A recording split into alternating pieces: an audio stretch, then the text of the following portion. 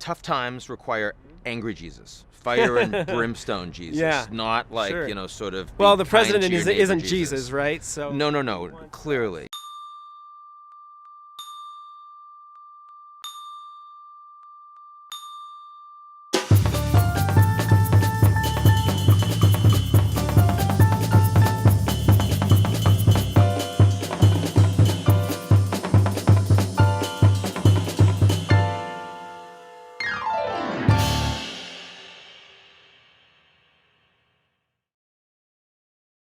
Hi everybody, I'm Ian Bremmer. Welcome to your GZERO World. I'm here in Manhattan, just back from the Middle East. I'm going to talk to you in a little bit about that big election in Alabama, what's going on in Iraq, defeating ISIS, and Venezuela, where the opposition is increasingly no more. We've got your puppet regime, where President Trump makes his singing debut on GZERO, and also for your big interview, Charlie Spiering from Breitbart News. He is the senior White House correspondent. Going to talk about draining the swamp, whether we can handle all that winning, and everything else that's on his mind. But first, your world this week. To Alabama with a big Senate race. It is Roy Moore losing despite support from President Trump in a massively Republican state to Doug Jones, now going to be a seated Democrat. Look, I was in the Middle East when this all went down. It's the first time in my life I was ever asked there about Alabama, so you know something strange. My perspective looking at it from the outside, it reminded me of France. Not something to celebrate, but rather a really big bullet that was just dodged. Those French elections, Macron almost didn't make the second round. You would have had the Communists and the National Front, then we'd have a very different story. Here you have one of the least fit candidates that you have seen running for a Senate office in decades in Roy Moore, and he almost won. It was about 20,000 vote differential. That would have been a very big problem for Alabama, for the Republicans, for the country.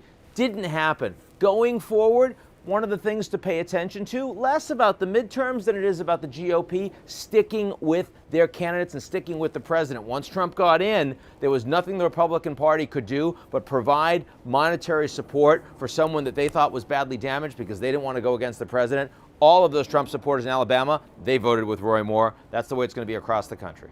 In Iraq, they finally have a holiday worth celebrating. December 10 is the defeat of the ISIS Caliphate. And it's really been done. Mosul and other towns that they were occupying, they're gone. The Iraqis didn't even have a functioning military that was going to fight them a few years ago. Now they do. They've won. Even opponents to Prime Minister Abadi thinks he's done a pretty good job in making that happen. That's going to provide a little bit more stability in that country. They don't have the money for actually rebuilding. It's probably over $150 billion. No one has that kind of coin. Massive human rights concerns still occurring.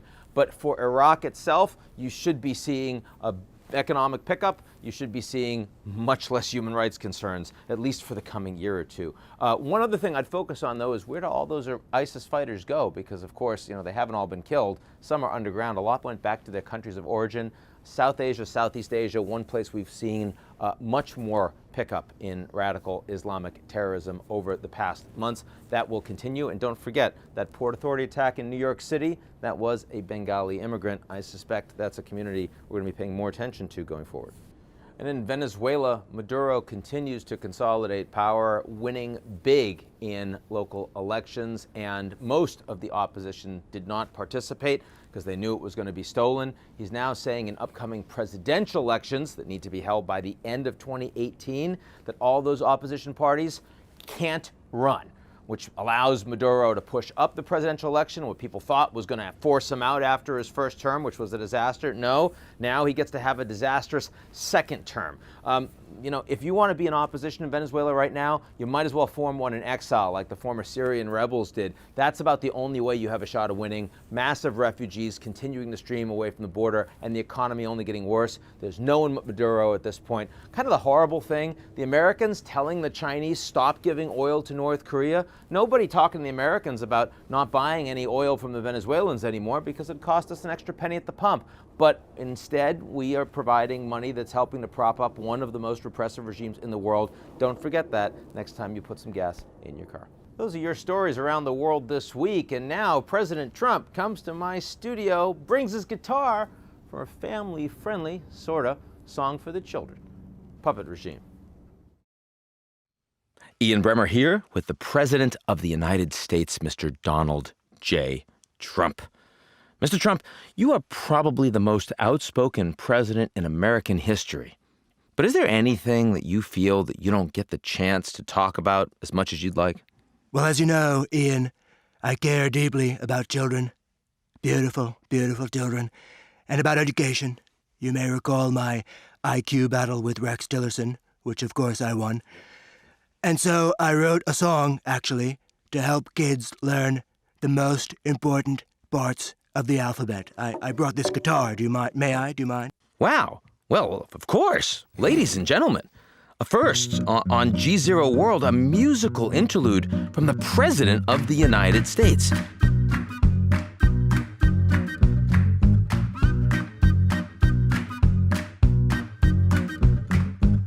Is for the great, great anger that everyone's talking about. B's a beautiful border wall to keep the brown kids out. C is for the Chinese breaking all the rules. D, boss is gonna defund all of your little schools. E is for the experts who predicted that I'd lose. F I'd put right next to you, but let's just call it fake news. G is great, H is healthcare, which I swear we're gonna get rid of. But in the end, what's the only letter that I never get sick of? It's I, the greatest you'll ever see. I, a letter invented by me. I, the point of ABC. What other letters do you really need? I. Estoy hablando español. No, my friend, nice try. I'm just saying I.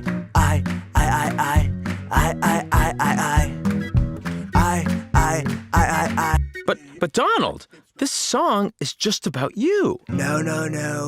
You comes later. Don't you be such a hater. This is the ABC of me.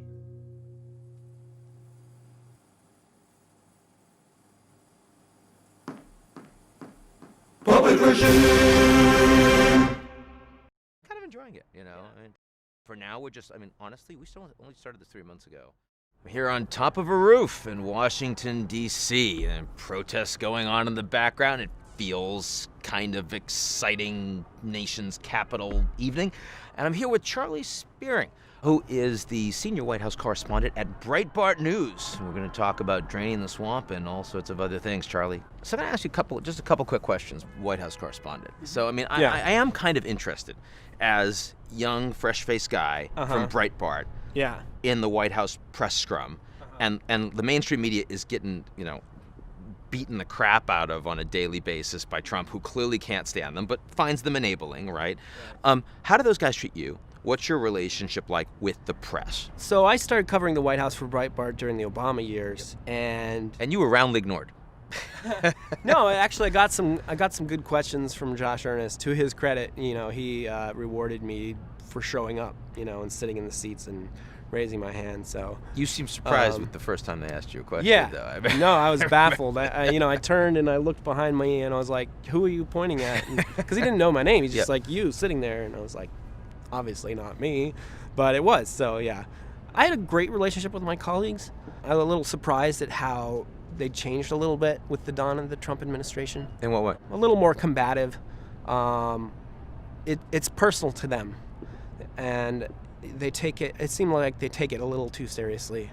They don't realize that the president. Maybe they realize it, but they're very frustrated with his, daily banter on fake news and stuff. So of the things that were really controversial in the mainstream media on these issues for Trump, and it's the NFL and it's Puerto Rico and it's Charlottesville and it's Roy Moore and others, right? Which of those do you think actually mainstream media got completely wrong? He was absolutely right to do this because they don't get it. He's beating up on those guys, and that's going to work. Where did you feel that? Me personally, I think that, you go through politics for a certain amount of time, and that certainly didn't understand the Trump campaign, the Trump movement quite as well, because a lot of the things were shocking to hear. Some of the things he said about McCain and others, it just, even though but it seems like it took on more of a, and this is what Bannon described as like the WWE mentality. The world mainstream wrestling. media is sort of this fake combat. And the most popular tweet that Trump has had was depicting CNN as fake news when he pile drived him, really? Right? All year. Absolutely was number one. I did not know that. Yeah. Didn't hit Obama numbers, right? But still, it was pretty good for Trump. So yeah. Yeah. So for him to just engage in this combat, I think really not only entertains, but it makes these supporters of his understand that he's fighting for them. They feel the same way. They don't like to see. They don't, they were frustrated with a lot of the existing norms in politics and media, and they were just happy to see someone come crashing through it. Now, you grew up on a farm in Wyoming. What's blue-collar patriotism to you? It's the idea that, America's the greatest country in the world. We have these Western values. Western values. What are they? So you look at the Judeo-Christian tradition, and you look at belief in God and the moral life, and how that the American character is what makes this country great. We're going to talk about morality, right? And we talk about Christian ethics. I mean, obviously, when you start looking at how Trump tweets, how he treats people, the bullying, the name calling, that sort of thing. I mean, clearly, I was raised a Catholic. My mouth would have been washed out with soap for that sort of thing. You come from a Christian family. You would have gotten a backhand for that. Even for those of us that don't do corporal punishment, it's problematic. I mean, how does that work, right? How much is that, well, it's okay, he's a broken vessel, but he's our vessel. And how much of that is really actually damaging that blue-collar patriotism that wants someone that can lead by moral example? You see it in a community of people who are more angry than before. And they see the president as a fighter. And this is who the president was when he was running for office. He was just gloves off, bare knuckles, just a fighter. Fighter for everyone who hated, or not maybe hated, or really frustrated with the establishment media, the establishment of Hollywood, the rise of political correctness. And I think they loved, when I traveled in Iowa and talked to Trump supporters, even early in the campaign, I'd be like, why do you like Trump? And because he tells it like it is, because, he's not politically correct. And it's just struck me universally, across the board. Maybe that's what they were telling media, but it just seemed like that was the main reason. Tough times require angry Jesus, fire and brimstone Jesus, yeah, not like, sure. Sort of. Well, the president isn't Jesus, right? So No, clearly. Some sort of secular leader that can fight for you, right? That's the phrase that politicians use, and I think Trump was the first one that really embodied that. And certainly we had Hillary Clinton on the trail vowing to fight for us, but it just didn't feel like she was ever going to. And was Obama unpatriotic in terms of Western values, in your view? Obama was funny because he would go overseas and he would talk about. He seemed more interested, and he seemed to be like a very intellectual professor type, right? Every time he went overseas, he seemed more interested in where he was, rather than sort of talking about America overseas. And I was struck by the difference. Every time Trump went somewhere, it's so funny because he would sit there and talk about how great the American economy was, how great America was to do business in. And it seemed like he was always trying to sell America everywhere he went. So when Trump goes to Japan and a golf course and he eats a hamburger, he is reflecting blue-collar patriotism. Right, American values. And Obama goes and has sushi, and maybe he makes the Japanese happy, but he's not doing anything for the American people when he does that, in your view. I don't think it's that simple. I think a lot of Trump supporters were frustrated with Obama criticizing our country overseas.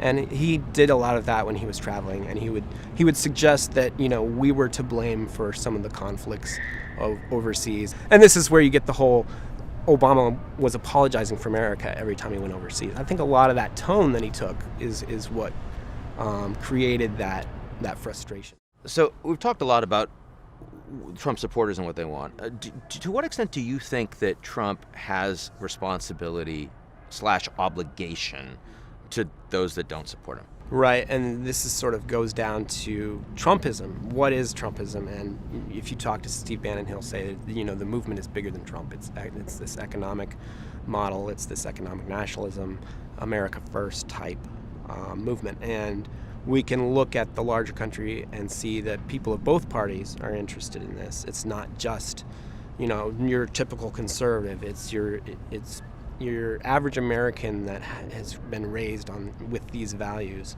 and wants to see them restored in the country. So as far as Breitbart's mission, we want to see the people who don't have a voice anymore in corporate mainstream media.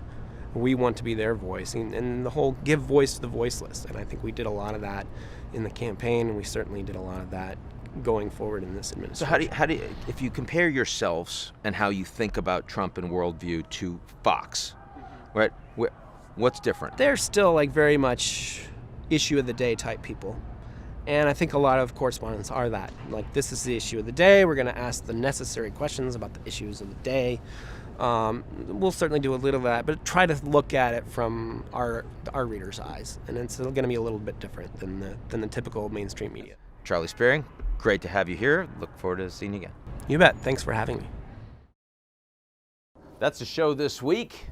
Going to be off for a couple of weeks. I don't know about you, but I'm going to be fighting the war on Christmas. Time to suit up, I think.